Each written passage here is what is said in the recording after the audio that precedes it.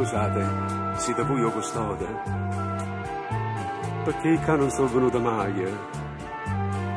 Sono do paese, sto lontano assai, ma sono venuto per necessità.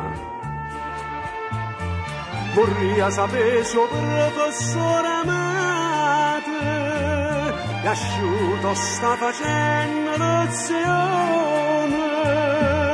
Io sono venuto per informazione. Se non mi asciutta ancora, aspetta che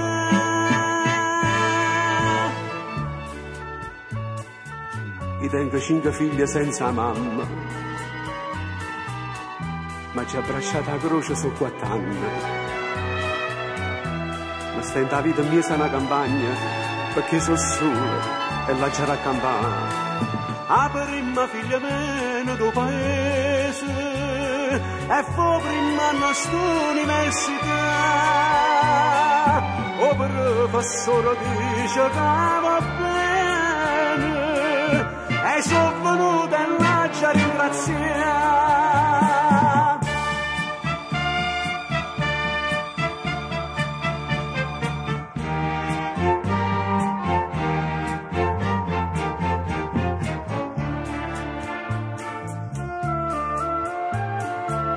Buongiorno professore, voi mi scusate? Faccio a parlare qua a tutti, mi presento. Io sono Cupati Rosa Fioravanti,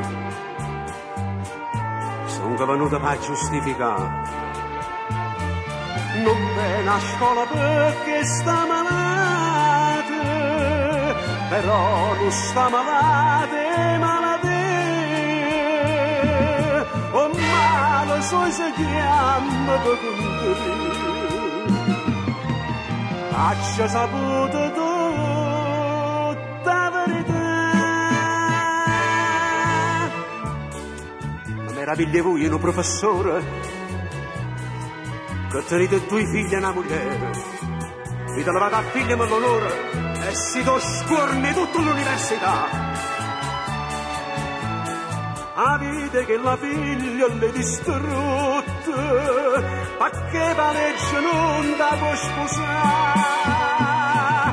E sono venuto a capo a fare giustizia, se infame non ti posso perdonare.